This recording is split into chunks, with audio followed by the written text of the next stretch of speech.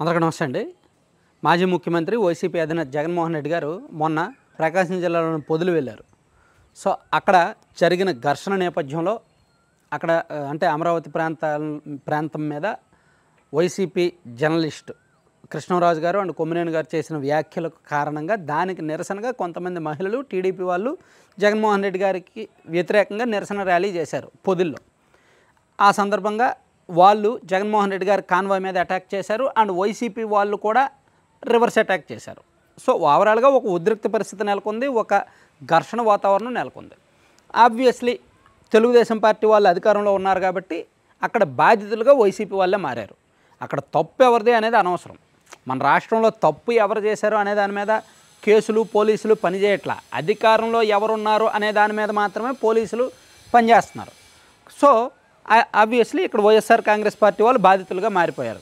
Already 14 మందిని arrest చేసినట్టున్నారు, ఇంకా వేట కొనసాగుతోంది. దీనిలో దర్శి ఎమ్మెల్యే బూచేపల్లి శివప్రసాద్ రెడ్డి గారి పాత్ర కూడా ఉంది అని పోలీసులు నిర్ధారించి అతన్ని అరెస్ట్ చేయడానికి రెడీ అవుతున్నారు. సో ఇది కక్ష సాధింపు, ఇది రెడ్ బుక్ రాజ్యాంగం, ఇది అది అనడానికి లేదు. ఇక్కడ అదంతా అనాల్సింది ప్రజలు.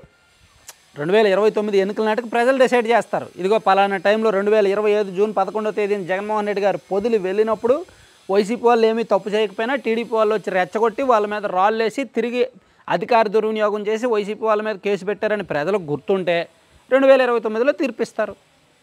అంటే నేను ఈ మాట ఎందుకు అంటున్నానంటే, ఇదే జగన్మోహన్ రెడ్డి గారు 2 నెలల కిందట రామగిరి వెళ్ళారు, అనంతపురం జిల్లా రాప్తాడు నియోజకవర్గం. అక్కడ కూడా గొడవ జరిగింది. అక్కడ కూడా వైసీపీ వాళ్ళ మీద కొంతమంది మీద కేసులు నమోదు చేశారు. అంటే జగన్మోహన్ రెడ్డి గారు ఎక్కడికి వెళ్తున్నా సరే అదో ఘర్షణకు దారితీస్తుంది, కేసులకు దారితీస్తుంది, ఉద్రిక్త పరిస్థితులకు దారితీస్తుంది. ఏదో ఒక నాటకీయ పరిణామాలు, ఏదో ఒక కుట్ర కోణం బయటకు వస్తుంది. సరే ఇది కాసేపు పక్కన పెడితే ఇదంతా కూడా టీడీపీ వాళ్ళ తప్పే, టీడీపీ వాళ్ళ అధికార మదం అనుకోవడానికి కూడా లేదు. వైఎస్ఆర్ కాంగ్రెస్ పార్టీ అధికారంలో ఉన్నప్పుడు చంద్రబాబు గారు అంగళ్ళు వెళ్ళినప్పుడు వైసీపీ వాళ్ళు ఏం చేశారు? ఒక రాజకీయంగా ఒక ప్రతిపక్ష నేత ఆ నియోజకవర్గానికి వెళ్ళకూడదా? పొంగనూరు అక్కడ అతన్ని అంగళ్ళలో అడ్డుకొని రాళ్ళదాడి చేయలేదా? అతన్ని రావద్దు, పొంగనూరు రావద్దని అడ్డుకోలేదా? అప్పుడు చేసింది వైసీపీ వాళ్ళు ప్యూర్లీ, కానీ కేసులు పెట్టింది టీడీపీ వాళ్ళని. దాదాపుగా 179 మంది తెలుగుదేశం పార్టీ నాయకుల మీద, కార్యకర్తల మీద నాన్ బెయిలబుల్ సెక్షన్లు పెట్టి మరీ వేధించారు. ఎన్నికలకు సొంత నియోజకవర్గానికి దూరం చేసి ఇప్పటికీ కూడా ఆ కేసుల మీద తిరుగుతున్నారు. సో అది వాళ్ళ అధికార మదం. ఇప్పుడు ఇది వీళ్ళ అధికార మదం. నేనేం చెప్పాను? తప్పు ఎవరిది అనేది పోలీసులు, తప్పు ఎవరిది అనే దాని మీద పోలీసులు పనిచేయట్లేదండి. ప్యూర్లీ అధికారంలో ఎవరున్నారు, ఎవరు చెప్పిన మాట వినాలనే దాని మీద చట్టం పోలీసులు పనిచేస్తున్నాయి. ఇది చెప్పడానికి కొంచెం బాధగా ఉన్నా మన రాష్ట్రంలో కొన్ని సంవత్సరాలుగా అదే జరుగుతోంది. అంతెందుకు, వైసీపీ అధికారంలో ఉన్నప్పుడు ఎర్రగొండపాలెంలో జరిగిందేంటి? ఎర్రగొండపాలెంలో కూడా చంద్రబాబు నాయుడు గారు టూర్ ఉంటే అతన్ని అడ్డుకొని అతని మీద రాళ్ళేసి చివరికి టీడీపీ వాళ్ళ మీద కేసులు పెట్టారు. భీమవరంలో కూడా అలాగే చేశారు. దాదాపుగా వైసీపీ అధికారంలో ఉన్న ఆ 5 ఏళ్లలో చంద్రబాబు నాయుడు గారు ఎక్కడికి వెళ్ళినా సరే రాళ్ళదాడి చేయడం, లేదంటే ఏదో ఒకటి ఇసురు పెట్టడం, ఉద్రిక్తతలు పరిస్థితులు క్రియేట్ చేయడం, తిరిగి వాళ్ళ మీదే కేసులు పెట్టడం, ఆ కార్యకర్తలను వేధించడం చేశారు. సో ఇది ఇప్పుడు టీడీపీ వాళ్ళు చేస్తున్నది రెడ్ బుక్ రాజ్యాంగం అయితే, అప్పుడు వైసీపీ వాళ్ళు చేసింది ఏం రాజ్యాంగం? ఇవన్నీ జరిగినాయి నేను చెప్తున్నా. నేనేదో జరగనివి అబోధ కల్పనలు క్రియేట్ చేసి అబద్ధాలు నేను చెప్పట్లా. ఏమి జరిగినాయి అవన్నీ ఒకసారి గుర్తు చేస్తున్నా. సో ఇవన్నీ ఉంచుకొని నేనేమంటానంటే, ప్రజలు డిసైడ్ చేస్తారు. 2019 నుంచి 2024 వరకు వైసీపీ పాలనలో ఇలా జరిగాయి కాబట్టి, పోలీసులు ఏకపక్షంగా పనిచేశారు కాబట్టి తెలుగుదేశం పార్టీ కూటమికి అధికారాన్ని ఇచ్చారు. సో ఇప్పుడు టీడీపీ వాళ్ళు కూడా ప్యూర్లీ రాజకీయమే చేస్తున్నారు. అప్పుడు జరిగినవన్నీ మనసులో పెట్టుకొని జగన్మోహన్ రెడ్డి గారు వెళ్తున్న నిజంగా పొదిల్లో నేను మొన్న చెప్పాను, ఆ రోజు జరిగిన రోజు చెప్పాను, ఆ తర్వాత రోజు కూడా చెప్పాను, అక్కడ టీడీపీ వాళ్ళదే తప్పు ఎక్కువ ఉంది. జగన్మోహన్ రెడ్డి గారు అన్ని అనుమతులు తీసుకొని అక్కడికి వచ్చినప్పటికీ, పోలీసు ముందస్తుగానే మేము ఇక్కడికి వస్తాము, పలానా రైతులను పరామర్శిస్తామని చెప్పినప్పటికీ జనం బేభత్సంగా వచ్చారు కాబట్టి జనాలను కంట్రోల్ చేయడంలో పోలీసులు ఫెయిల్ అయ్యారు కాబట్టి, అదే సమయంలో మహిళలు టీడీపీ కార్యకర్తలు కొంతమంది వచ్చి రెచ్చగొట్టే ప్రయత్నం చేశారు కాబట్టి ఉద్రిక్త పరిస్థితులు జరిగాయి. ఆ ఉద్రిక్త పరిస్థితుల నేపథ్యంలో అధికార పార్టీలో ఉన్న వాళ్ళ మీద కేసులు నమోదు చేయలేరు కాబట్టి వీళ్ళ మీద కేసులు నమోదు చేశారు.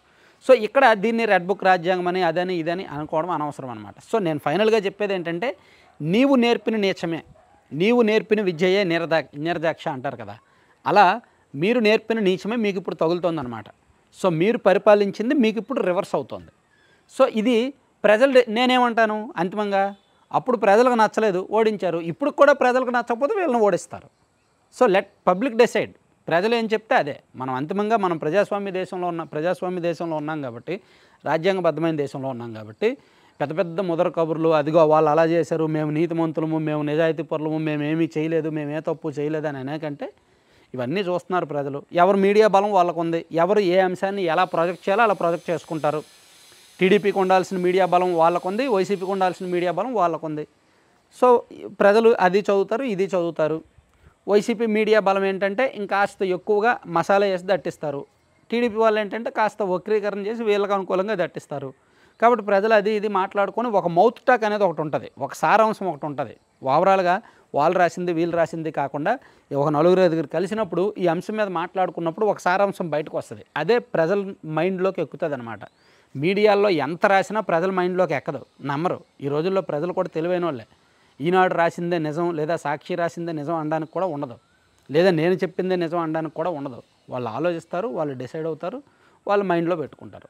కాబట్టి పొదుల్లో జరిగిందైనా లేదా రేపు పొద్దున్న భవిష్యత్తులో రాబోయే 4 ఏళ్లలో జగన్మోహన్ రెడ్డి గారు ఎక్కడికి వెళ్ళినా ఖచ్చితంగా ఇవి జరుగుతాయి. వైసీపీ వాళ్ళు రెచ్చగొడతారు, టీడీపీ వాళ్ళు తిరిగి రెచ్చిపోతారు, ఘర్షణ జరగచ్చు, దాడులు జరగచ్చు, ఇవన్నీ జరిగే అవకాశాలు ఉంటాయి. ఎందుకంటే మన రాష్ట్రంలో రాజకీయం అలాగే తగలడింది, అలాగే ప్యూర్లీ అలాగే తగలడింది. నీతి నిజాయితీతో కూడిన రాజకీయాలు ఎవరూ చేయట్లేదు. కాబట్టి అన్నిటికీ సిద్ధమై ఉండాల్సిందే. Thank you.